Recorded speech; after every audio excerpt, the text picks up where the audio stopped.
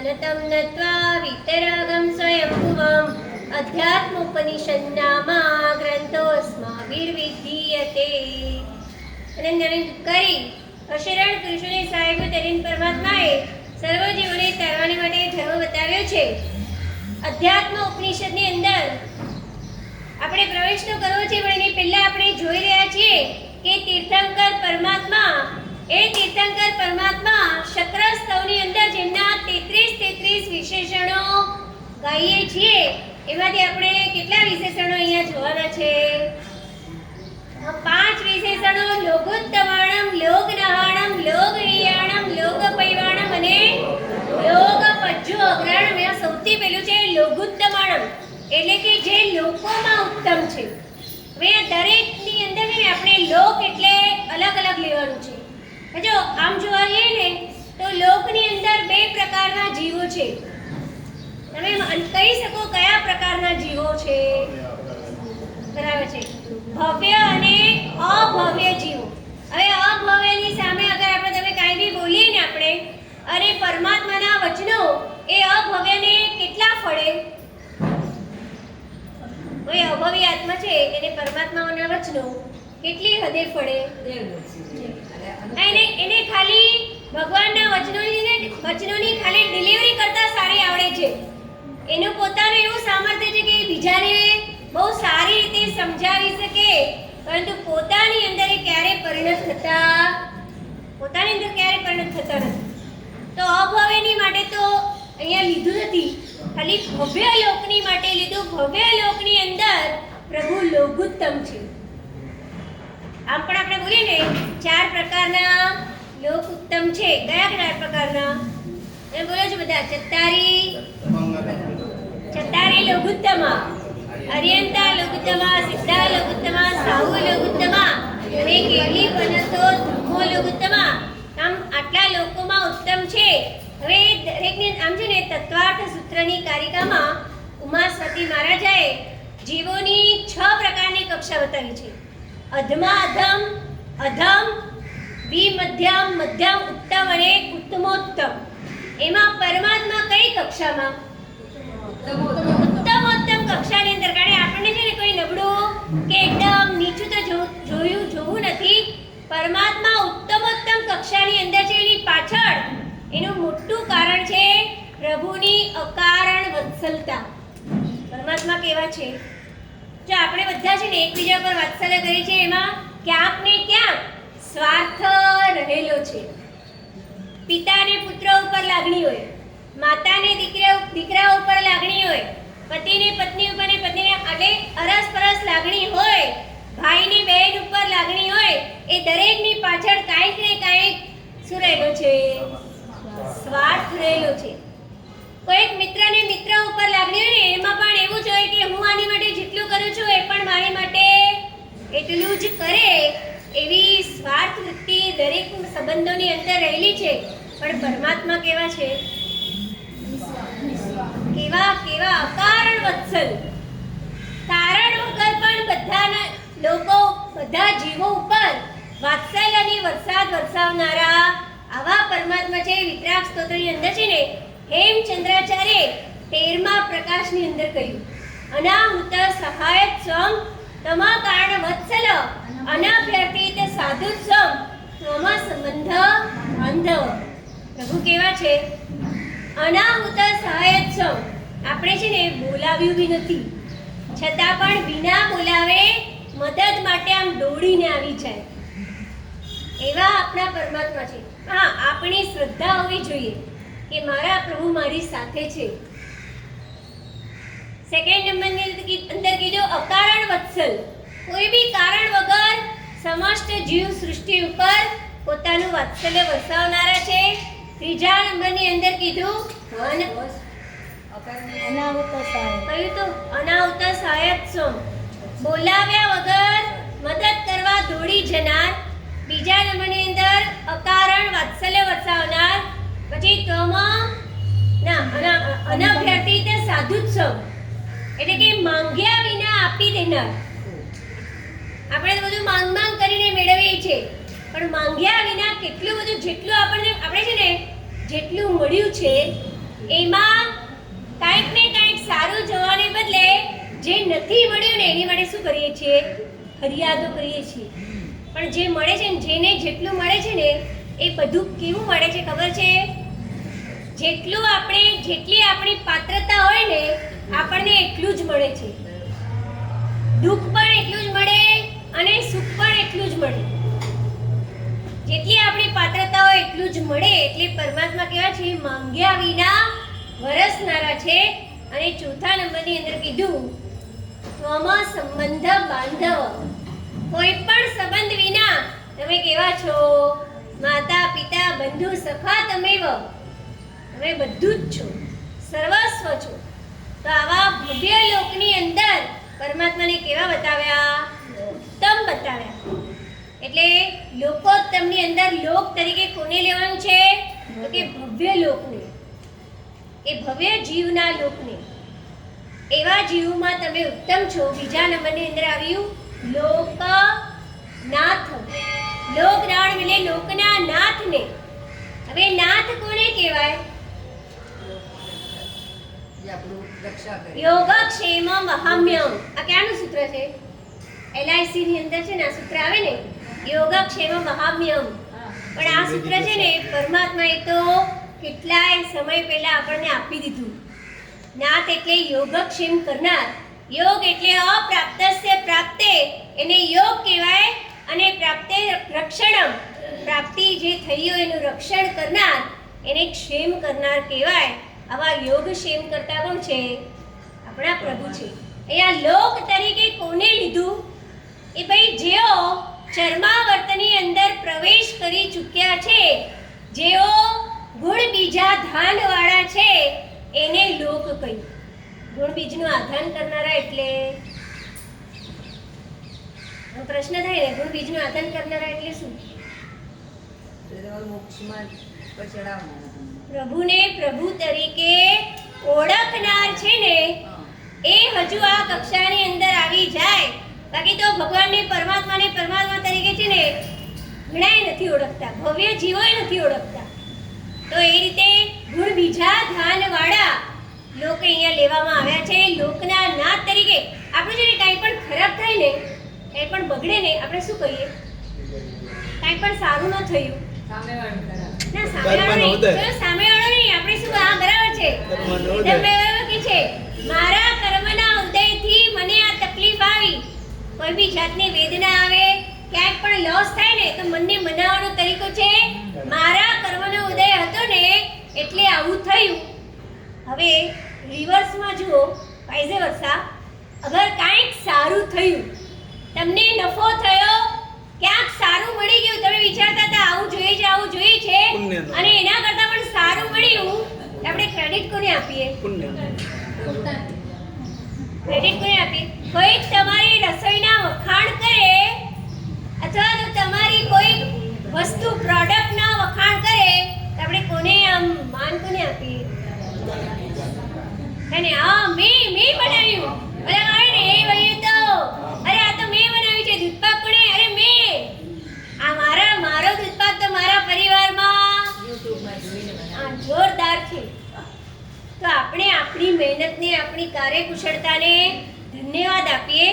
એક આપણે છે ને ઓલું એનાલિસિસ કાઢીને, મારી મહેનત 34%, મારી આવડત 36%, મારો પરિવાર 10% અને મારી ઓળખાણ, મારી લાગવગ 20%, 100% એટલે હું.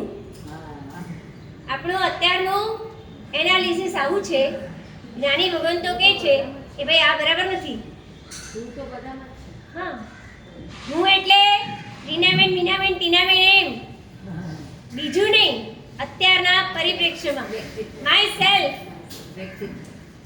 પણ અહીંયા કહે છે કે આપણે છે ને આપણી આવડત એટલે 0.36%, આપણી મહેનત એટલે 0.34, આપણો પરિવાર એટલે 0.01 અને આપણી ઓળખાણ એટલે 0.02.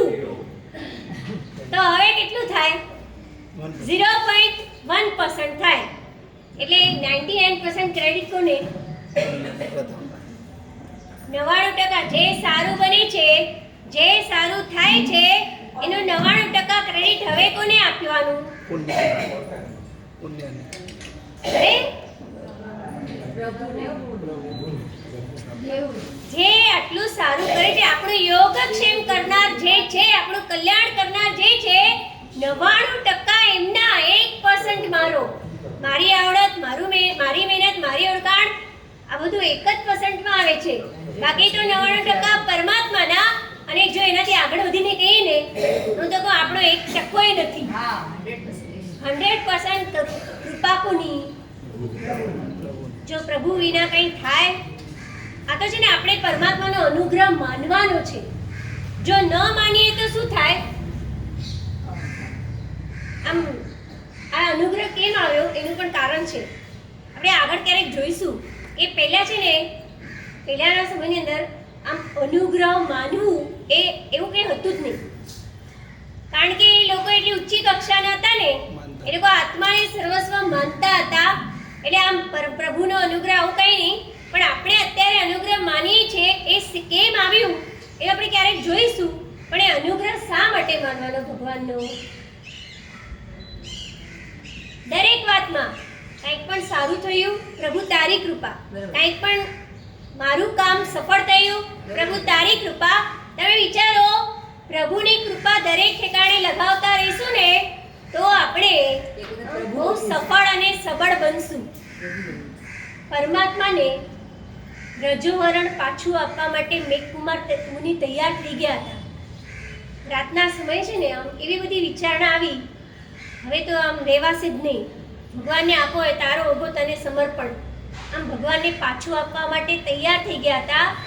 ભગવાનની પાસે પણ પહોંચી ગયા, ઓઘો આપવાની તૈયારી પણ થઈ ગઈ. પણ પ્રભુ પાસે ગયા ને તો પ્રભુ પાસે રહ્યા.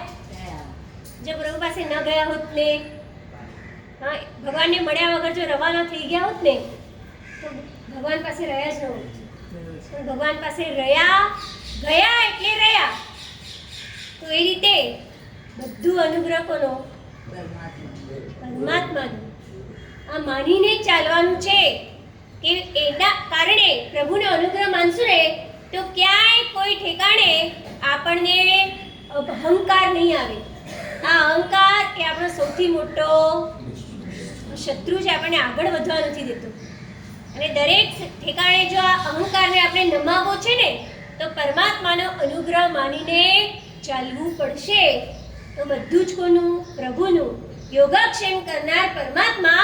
અહીંયા લોક તરીકે આપણે એવા લોકો લીધા, ગુણ બીજા ધામના ધરનારા, એવા લોકને લીધું. ત્યાર પછી ત્રીજા નંબરની અંદર આવે લોક વિયાણમ, એટલે લોકોનું હિત કરનારા. પરમાત્માની દેશના કોના માટે હોય? આમાં આપણે સેક્શન પાડી શકીએ. વરસાદ હોય ને, વરસાદ કેની માટે વરસે? એવું હોય કે અડધા લોકો ઉપર વરસવાનું અને અડધા લોકો ઉપર નહીં વરસવાનું, અડધા ગામમાં વરસવાનું. હમણાં છે ને આવું થઈ ગયું છે કે તમે આપણે નીકળ્યા ને, અમે હમણાં માટુંગામાં હતા, માટુંગાથી વડાલા બાજુ જઈ રહ્યા હતા ને ત્યારે શું થયું ખબર છે? માટુંગાથી જેવા બહાર નીકળ્યા ને, ધોધમાર વરસાદ, અમે આગળમાં વધી શક્યા, ત્યાં જ ઊભા રહી ગયા. અને થોડી વાર પછી વરસાદ બંધ થયો એટલે અમે આગળ વધ્યા. હવે જેટલો માટુંગાનો એરિયા હતો ને એટલામાં વરસાદ હતો, અને જેવો વડાલાનો એરિયા સ્ટાર્ટ થવાના, હજી તો માટુંગા પાસ થયું નહોતું, થઈ રહ્યું હતું એટલા એરિયામાં વરસાદ નહીં. જેવા હાઈવે પર આવ્યા ને, આમ સૂકા હાઈવે, આમ લાગતું જ નહોતું કે અહીંયા વરસાદ આવી પણ હોય. અને વડાલા પહોંચીને કીધું ને કે ભાઈ અમે જરાક આટલા એટલે લેટ થયા, બરો ગાળ કર્યા હતા, હજી હમણાં જ અમે અહીંયાથી ગયા મારા સાહેબને છોડવાને માટે, અહીંયા તો જરાય વરસાદ થઈ નથી. આવું કદાચ થઈ શકે કે એક એરિયામાં હોય, બીજા એરિયામાં ન હોય, ઈસ્ટમાં હોય, વેસ્ટમાં ન હોય, આવું પોસિબલ છે. પણ વરસાદ વરસે કેટલાની માટે? કોઈની માટે, કોઈના અહીંયા સુધી વરસે ને નીચે ના આવે એવું બને? એવું બનતું નથી. પ્રભુની વરસાદ તો, પ્રભુની કૃપા તો બધા માટે વરસે છે, પણ એનો લાભ કોને થાય? લાભ કોને થાય? જે પ્રભુની કૃપા ઝીલે એને લાભ થાય.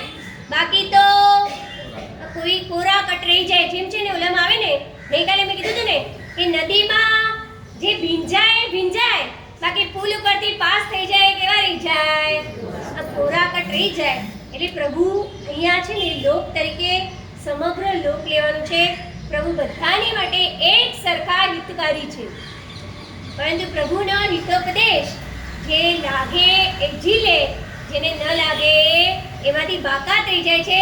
જેમ સૂર્યનો તડકો, સૂર્યનો પ્રકાશ બધાને માટે છે, છતાં ભૂવડને માટે કામનો કે ન કામનો, ભૂવડની કોઈ અસર થતી નથી. એમાં કઈ સૂરજના પ્રકાશનો દોષ નથી. દોષ કોનો છે? એ ભૂવડનો છે. બસ. એના પછી આગળ વધીએ. આગળ શું આવશે હવે? લોભ પૈવાણ. એક વાત યાદ આવી. એક સંસ્થામાં છે ને, એક સંસ્થા એવું કામ કરતી હતી જેમ બધા એકબીજાના મેટ્રિમોનિયલ એટલે કે વિવાહ સંબંધી કાર્ય કરાવી આપે. એટલે કન્યા માટે યોગ્ય એને અનુરૂપ એવા વરની પસંદગી કરી આપે એવી સંસ્થા કંઈક કામ કરતી હતી. હવે એક ભાઈ ત્યાં પહોંચી ગયા અને ભાઈ છે ને પ્રશ્નો પર પ્રશ્નો કરે છે કે મારી છોકરી છે આવી છે આવી છે આવી છે, આમ બધી વાતો કરતા ગયા. હકીકતમાં એ ભાઈ છે ને આમ વાતો કરે છે કે મારી છોકરીને તમે કઈ રીતે મદદ કરી શકો, કેવો તમે છોકરો એની માટે તમે અનુરૂપ ગોતી શકો, તમારી એફિશિયન્સી કેટલી છે, તમારી પોપ્યુલારિટી કેટલી છે, આમ બધું પૂછાપૂછ ચાલુ હતી. એ પૂછપરછમાં પેલી સંસ્થાનો જે મેનેજર હતો ને એને વિચાર આવ્યો કે આની છોકરી છે ને કેટલા વર્ષની છે તો પૂછું. ત્યારે એણે પૂછ્યું, અરે ભાઈ તમે આટલા બધા પ્રશ્નો કરો છો તો તમારી છોકરી અત્યારે કેટલા વર્ષની છે અને એને મતલબ એની હાઈટ બાઈટ બધું પૂછ્યું. ત્યારે ખબર પડી કે જે છોકરી માટેની વાત પેલા ભાઈ કરી રહ્યા હતા એ છોકરી અત્યારે સ્કૂલના ફર્સ્ટ ડિવિઝનની અંદર ભણી રહી હતી. હવે બોલો આની અંદર આ સંસ્થાની રેપ્યુટેશન કહો, આ સંસ્થાની એફિશિયન્સી કહો, શું કામની? હવે એ છોકરી મોટી થાય ત્યાં સુધી આ સંસ્થા આગળ વધે પણ ન પણ વધે, એનું કંઈક બદલાઈ જાય, બધું પોસિબલ છે કે નહીં? એક વર્ષની અંદર તો છે ને આખી દુનિયા બદલાઈ જાય. અમે કચ્છમાં હતા ત્યાંથી અમે 3 વર્ષે પાછા આવ્યા ને તો અમને લાગતું હતું અરે આમ કેટલો ચેન્જ લાગે છે, કારણ કે અહીંયા ઘડી ઘડી શું થયા કરે, આ પરિવર્તન તો ચાલુ જ છે. જ્યાં નાના નાના પેલી પંતનગરની અંદર માળાની બિલ્ડિંગો હતી ને એ બધા મોટા મોટા ટાવરો હજુ તો ચાલુ જ છે. એ રીતે બધું બદલાયેલું લાગે તો અહીંયા બધું જ્યાં પરિવર્તનશીલ છે ત્યાં 1 વર્ષની અંદર તો શું ફેરફાર થઈ જાય. પેલી બાળકી હજી તો હતી 6-7 વર્ષની અને એની માટે અત્યારથી શું કરી રહ્યા હતા તો એની કક્ષા, હવે જ્યાં સુધી જીવોની કક્ષા એક વસ્તુને અનુરૂપ નથી થઈ ત્યાં સુધી જીવો કેવા થાય? એ પ્રભુની કૃપાને એવી ઝીલી ન શકે. એની માટેની કક્ષા એ ટાઈપની હોવી જરૂરી છે, પાત્રતા. બરાબર છે? તો પ્રભુજીને લોક પ્રદીપ છે ખરા, પણ કોની માટે લોક પ્રદીપ બને છે? કે જે જીવો નજીકની અંદર મોક્ષગામી છે, નજીકની અંદર ભવ તરવાના છે, એની માટે પ્રભુ લોક પ્રદીપ છે. બાકી તો જે હજુ ઘણા ભવો કર્યા પછી મોક્ષમાં જવાના છે ને એમની માટે પ્રભુ સાચા અર્થમાં લોક હિતકારી તો છે પણ લોક પ્રદીપ નથી બની શકતા. કુંભાર હોય ને એ જંગલમાંથી માટી લઈને આવે, સમજાય છે તમને? પાછળવાળાને પેલા ખુરશી પર બેઠા છે ને તમે આમ એવી સરસ મજાનો ટેકો આવી જાય પછી શું થાય ખબર છે તમને? ના હું એમ નથી કહેતી, નવકાર મંત્ર ચાલુ થાય, મારા સાહેબનું માંગલિક ચાલુ થાય અને પછી સર્વમંગલ થાય ને ત્યારે છેક ખબર પડે કે આપણે હા જેમ પેલા ભાઈ છે ને આમ કહેવા માટે આવ્યા મારા સાહેબ તો બધી મજા છે ભાઈ, એની મજા આવે જિંદગીમાં એની મજા ક્યારે પણ ના છે. પછી પૂછવાનું મળ્યું કે મજા કેમ આવી? અરે મજા એટલે આવી સીટ બહુ સરસ મળી ગઈ હતી, ઠંડી ઠંડી મીઠી મીઠી હવા આવતી હતી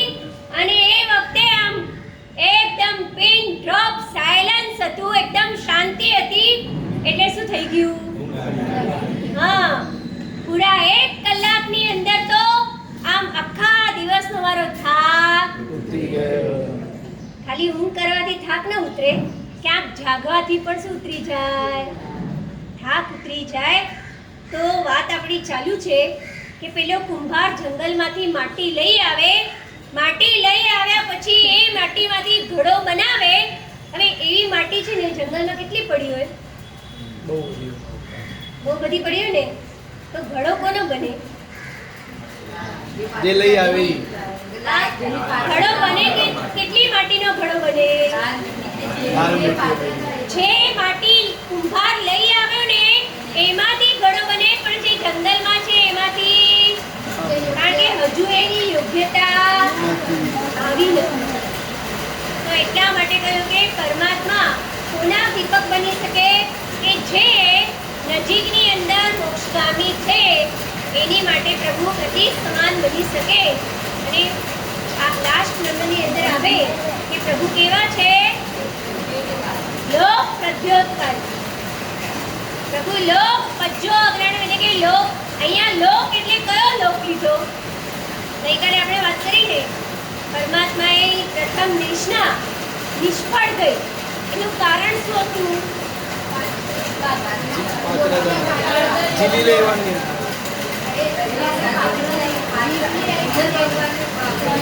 અડધર બની શકે એવી કોઈની પણ ક્ષમતા નહીં હતી, એટલે પ્રભુની દેશના નિષ્ફળ ગઈ. અહીંયા લોક પ્રદ્યોતકારી તરીકે લોક એમાં ગણધર લોક સમજવાનો છે. ગણધર ભગવત. આમ તેને એક સૂત્ર છે IT + IT = IT. બરાબર છે? IT એટલે ઇન્ફોર્મેશન ટેકનોલોજી પ્લસ IT એટલે ઇન્ડિયન ટેલેન્ટ અને = IT એટલે ઇન્ડિયા ટુમોરો. આવું નરેન્દ્ર મોદીએ સૂત્ર આપ્યું છે. અહીંયા છે ને આપણે IT ને આવી રીતે લઈએ.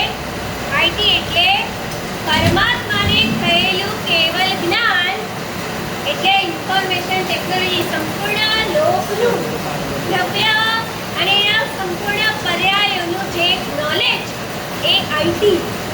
બીજા નંબરની અંદર ગણધર ભગવંતોની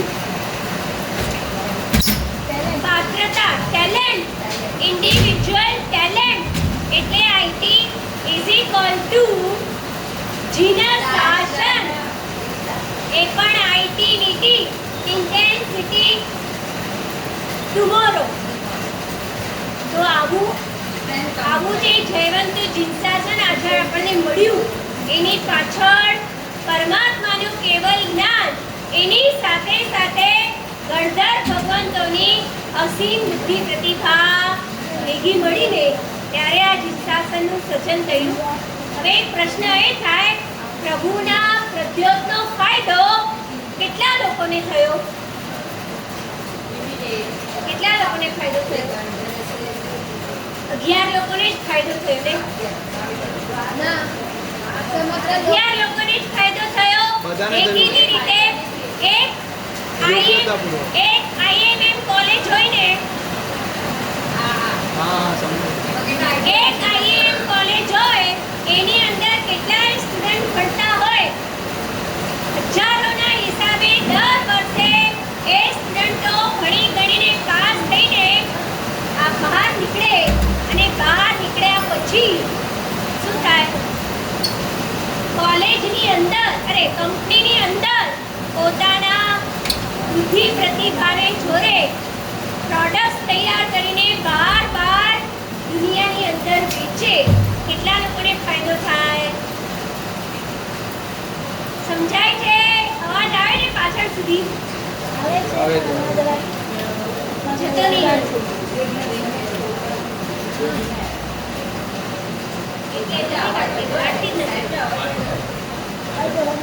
પરમાત્માના જે વ્યક્તિ આ IIM કોલેજે પાસ કર્યા એ બધા વ્યક્તિઓ માસ્ટર બનીને કંપનીમાં જોડાયા અને કંપનીમાં પોતાની બુદ્ધિ પ્રતિભાને ખીલવીને કેટલાય પ્રોડક્ટ્સો, નવા ફેસિલિટી આપનારા, ટેકનોલોજીના આધારે ઘણા બધા નવા ઉત્પાદનો કરી અને લોકોને પોતાના આવડતનો શું આપ્યો? જ્ઞાન આપ્યું. એના કારણે કેટલાય લોકોને ફાયદો થયો. એવી જ રીતે પરમાત્માએ 11 ગણધરોની અંદર પોતાનો શક્તિપાત કર્યો અને એ ગણધર પરમાત્માએ શું કર્યું? દ્વાદશાંગીની રચના કરવા દ્વારા આખી એ પરંપરાને ઉજ્જવળ કરી. એટલે કે એના પછી આવેલી આચાર્ય પરંપરા અને શ્રમણ પરંપરા પણ આવી પ્રકાશમાન થઈ અને એમ કરતા કરતા એ શ્રમણ પરંપરાથી આપણને બધાને આપણા બધા સુધી આ સમ્યક જ્ઞાન પહોંચ્યું છે. તો આ પરમાત્માએ આપેલા 3 પદોથી ગણધર ભગવંતોએ સૂત્રની રચના કરી. પરમાત્માએ દેશના અર્થની આપી અને એમાંથી ગણધર ભગવંતોએ સૂત્રો રચ્યા જે આચાર્યની પરંપરાથી આજે આપણી પાસે આવ્યા છે. સૂત્ર કોને કહેવાય? સૂત્ર એટલે શું?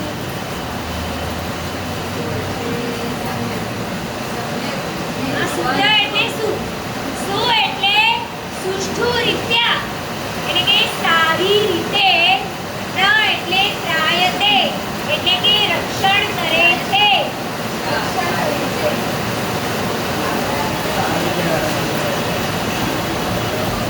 જે સારી રીતે રક્ષણ કરે છે.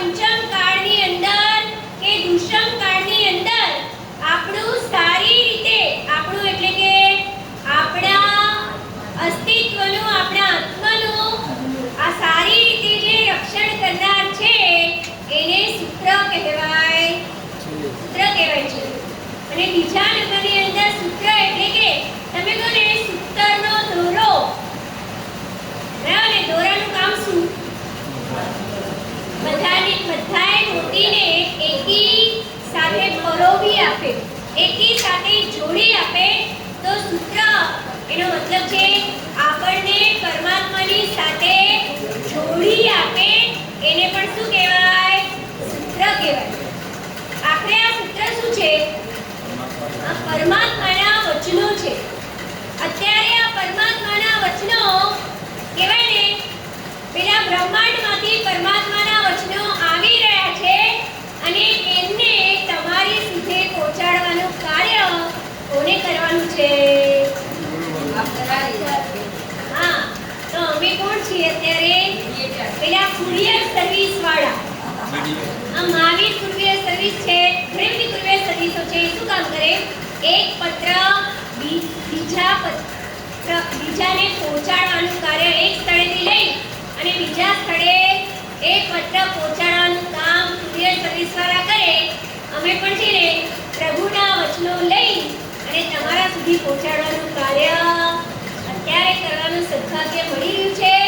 તો આ રીતે મારે સંતોષ પામવો હોય, અમારે સંતોષ પામવો હોય ને કે અમે કંઈક કરીએ છીએ તો શું કરીએ છીએ? અત્યારે કુરિયર સર્વિસ કરીએ છીએ. તો આ સૂત્ર પરમાત્માના વચનો છે, પરમાત્માની વાણી છે અને એ પરમાત્માની વાણી બધાને પહોંચાડવાનું કાર્ય અત્યારે મળ્યું છે. એવું અધ્યાત્મ ઉપનિષદ નામનું આપણું આ સૂત્ર. અહીંયા આપણે એકવાર છે ને લોક કોને કહેવાય 5 પ્રકારના લોક બતાવ્યા ને, એકવાર રિવિઝન કરી દઈએ. પહેલું હતું લોકોત્તમાણમ. એની અંદર લોક એટલે ભવ્ય લોક આપણે લીધો હતો. બીજા નંબરની અંદર લોકનાહણમ. એની અંદર લોક એટલે ગુણ બીજા ધાનવાળો, કે જે જીવો ચર્માવર્તની અંદર પ્રવેશી ચૂક્યા છે એવા લોકોના નાદ. ત્રીજા નંબરની અંદર લોકવ્યાણમ એટલે કે સર્વલોક. ચોથા નંબરની અંદર લોક પ્રદીપ. એમાં લોક એટલે કે આસન્ન મોક્ષગામી એવા સંઘની પંચેન્દ્રિય જીવો. નજીકની અંદર મોક્ષની પ્રાપ્તિ કરવા વાળા છે એવા સંઘની પંચેન્દ્રિય જીવો. અને અંતમાં લોક પજ્જો અગ્રણમાં લોક એટલે ગણધર, વિશિષ્ટ બુદ્ધિ પ્રતિભાશાળી એવા ગણધરો લોક તરીકે લીધા છે. આમ સૂત્ર આપણી પાસે આવ્યું. આ અધ્યાત્મ ઉપનિષદ સૂત્રના રચયિતા કોણ છે? મહોપાધ્યાય યશો વિજયજી મહારાજા. હવે મહોપાધ્યાય, ઉપાધ્યાયનો મતલબ શું થાય ખબર છે?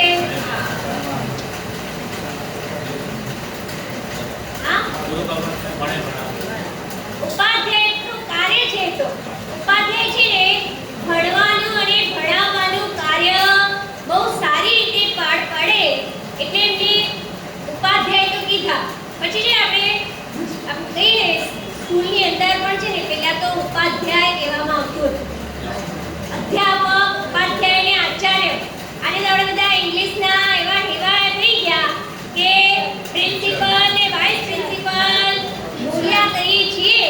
તો ઉપાધ્યાય એટલે કોને કહેવાતું હતું ખબર છે? ઉપાધ્યાય એટલે કે પંડિત, કે જે ભણી ગણીને હોશિયાર થયા હોય એમને ઉપાધ્યાય કહેવામાં આવતું હતું. અને બીજા નંબરની અંદર ઉપાધ્યાય એટલે કે જે અધ્યાયની નજદીકમાં વસે છે એમને ઉપાધ્યાય કહેવાય. હવે અધ્યાય એટલે શું? ચલો, સ્વાધ્યાય એટલે શું? આપણે કહીએ સ્વાધ્યાય એટલે ગાતા ગોખી જાવ એને સ્વાધ્યાય કહેવાય, પુનરાવર્તન એને સ્વાધ્યાય કહેવાય. પણ સ્વાધ્યાયનો મતલબ શું? સ્વનું અધ્યયન કરવું. સ્વ એટલે કોણ? હું પોતે કોણ છું એનું ચિંતન મનન કરવું એને સ્વાધ્યાય કહેવાય. એવી જ રીતે એવા સ્વાધ્યાયની જે નિકટમાં વસે છે એમને શું કહેવાય? ઉપાધ્યાય કહેવાય. તો આવા ઉપાધ્યાય યશો વિજયજી મહારાજા નાનપણથી જ જેમની બુદ્ધિ પ્રતિભા જોરદાર હતી. તમે કદાચ સાંભળ્યું હશે કે નાનપણની અંદર એમની માતા રોજ જ હપ્તામાં સાંભળવાનો એમનો નિયમ હતો. હપ્તામાં સાંભળ્યા પછી જ પોતાના મુખની અંદર અન્ન જળ ગ્રહણ કરતા એવી આ જશવંતની માતા કોઈ દિવસ એવું બન્યું વરસાદના વરસવાથી ઉપાશ્રય જઈ શક્યા નહીં. અને એના કારણે શું થયું? આ મમ્મી વાપરતા નથી. આ જસવંત પોતાની માતાને પૂછે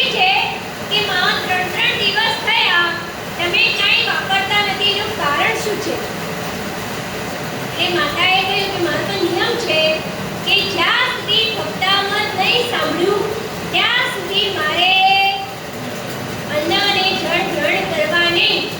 અરે માં આટલી જ વાત છે તો તારે મને કહેવું હતું ને. આ બાળક નાનો છે, લગભગ 5 થી 6 વર્ષની ઉંમરના એ જસવંતને લઈને રોજ જ માતા ઉપાશ્રય જતા હતા. માત્ર સાંભળવા દ્વારા આખો એ ભક્તામૃત સ્તોત્ર આ જસવંતને કંઠસ્થ થઈ ગયું હતું. અને માતાને અટક્યા વિના અસ્ખલિતપણે એ જસવંતે આખું એ ભક્તામૃત સ્તોત્ર સંભળાવી અને માતાને પારણું કરાવ્યું. કહેવાય ને પુત્રના લક્ષણ આ પારણામાં હોય. અને જસવંતની આ બુદ્ધિ પ્રતિભા જોઈ અને એમને માતાએ એમને સંયમની સહર્ષ અનુમતિ આપી પોતાના લઘુ બંધુની સાથે આ જસવંતે નય વિજયજી મહારાજા એમની પાસે દીક્ષા ગ્રહણ કરી યશો વિજય મુનિ તરીકે બન્યા. અને ત્યાર પછી આમ કહેવાય પોતાના જીવનકાળ દરમિયાન માતાજીને 48 વર્ષની ઉંમરમાં તો આ પાની દુનિયાને અલવિદા કહી અને યશો વિજયજી ઉપાધ્યાયે વિદાય લીધી. એની આટલા શોર્ટ પીરિયડની અંદર જો એમની સાહિત્યની યાત્રા જોઈએ તો આપણે બધા અધઃ કહી શકાય એવી સાહિત્યની એમણે સર્જના કરી છે. નય ઉપર ઉગલાબંધ પુસ્તકો એમણે લખ્યા છે. નય રહસ્ય કહો, નય ચક્ર કહો, નય શાસ્ત્ર કહો, એવા 7 રહસ્ય અને ચક્ર એના ઉપરના ઘણા બધા પુસ્તકો એમણે લખ્યા. અત્યારના સમયમાં કદાચ એમના ઘણા પુસ્તકોમાંથી અમુક પુસ્તકો તો પ્રાપ્ત થતા પણ નથી, પણ જેટલા છે એ બધાય આપણે વાંચી શકીએ ને તો એ ભયો કારણ કે ઘણા પુસ્તકો છે ને પેલા લાઇબ્રેરીની અંદર સુરક્ષિત કબાટોની અંદર બરાબર પડ્યા છે. એક પણ કહીને સર પડ્યો નથી. એવી સુંદર મજાની પુસ્તકો, સારી સારી કિતાબો કાચના પેલા શેલ્ફમાં સરસ મજાની વ્યવસ્થિત રીતે પડી છે. જેમ કોઈ અછૂત હોય ને, અછૂત કોને કહેવાય? જેને કોઈ ટચ ન કર્યું હોય, બસ એવી દશામાં પેલી પુસ્તકો પડી છે. આમ જોઈ રહી છે કે કોઈ જિજ્ઞાસુ આવીને અમને હાથમાં લે.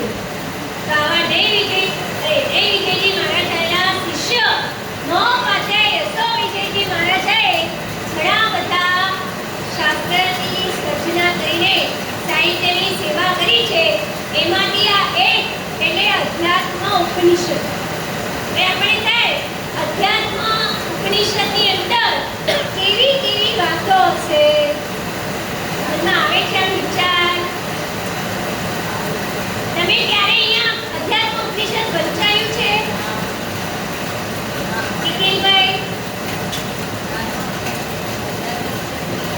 અધ્યાત્મ સાર કે અધ્યાત્મ ઉપનિષદ? અધ્યાત્મ સાર વંચાયું છે ને? તો એ અધ્યાત્મ કોને કહેવાય એ તો તમને ખબર જ હશે.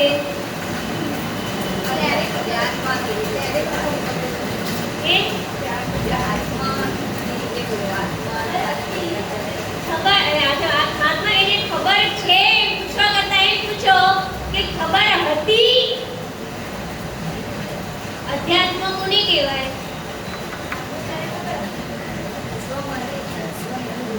કોને કહેવાય? આમ છે ને આપણને પ્રાપ્ત થયેલા મનુષ્ય જીવનને હવે આપણે કહીએ કે આપણે બધા જ બોલીએ છીએ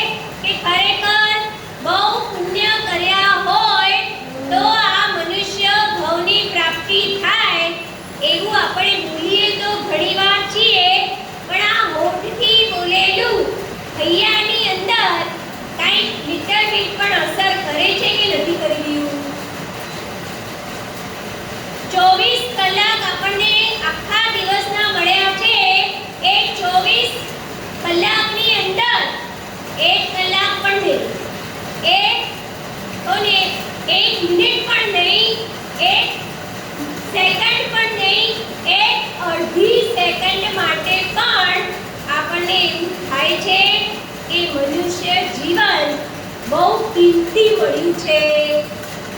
આમ રિલાયન્સ સાચા અર્થની અંદર મનુષ્ય ભવની કિંમત એક અડધી સેકન્ડ માટે પણ આપણને લાગે છે કે નથી લાગતી?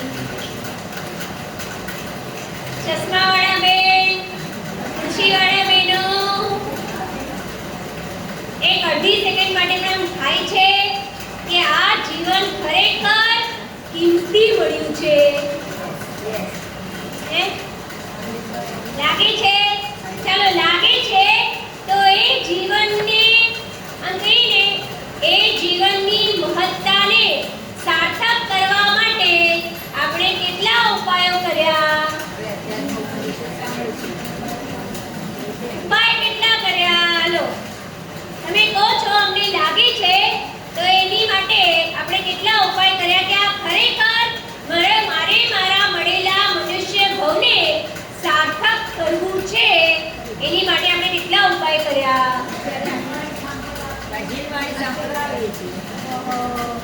સારું છે, મારું મને જ આવ્યું પાછું.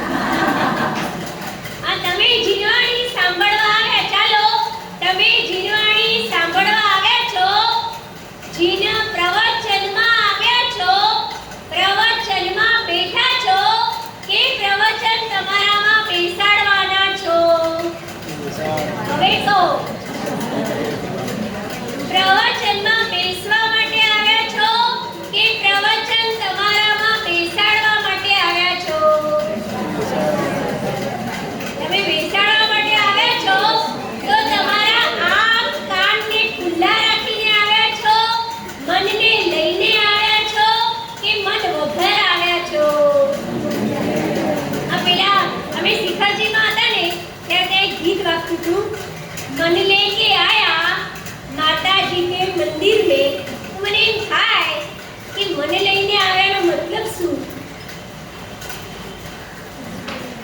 આપણે સુવિધિનાથ દાદાને ક્યારે કીધું કે દાદા મન ભૂલીને આવ્યો અહીંયા, મન લઈને આવીએ છીએ કે મન વગર આવે છીએ? એટલે મન લઈને તો આવીએ છીએ પણ ઉપયોગ સાથે આવીએ છીએ કે ઉપયોગ વગર આવીએ છીએ એ કામનું છે.